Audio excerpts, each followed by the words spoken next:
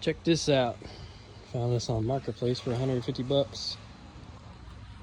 I can't believe I've gone like 24 years in life without actually getting myself a tool chest. It's not super huge or anything, but literally this is just how I store my tools. I've never had a tool chest. It's just boxes. Sometimes I just use cardboard boxes too. And just with how much I do on my vehicles, I'm just surprised, honestly. So hopefully this works good. They took everything out. Oh, yeah. Free screwdriver. Oh, there's a couple of goodies in there. I don't know, maybe they just forgot to take those out.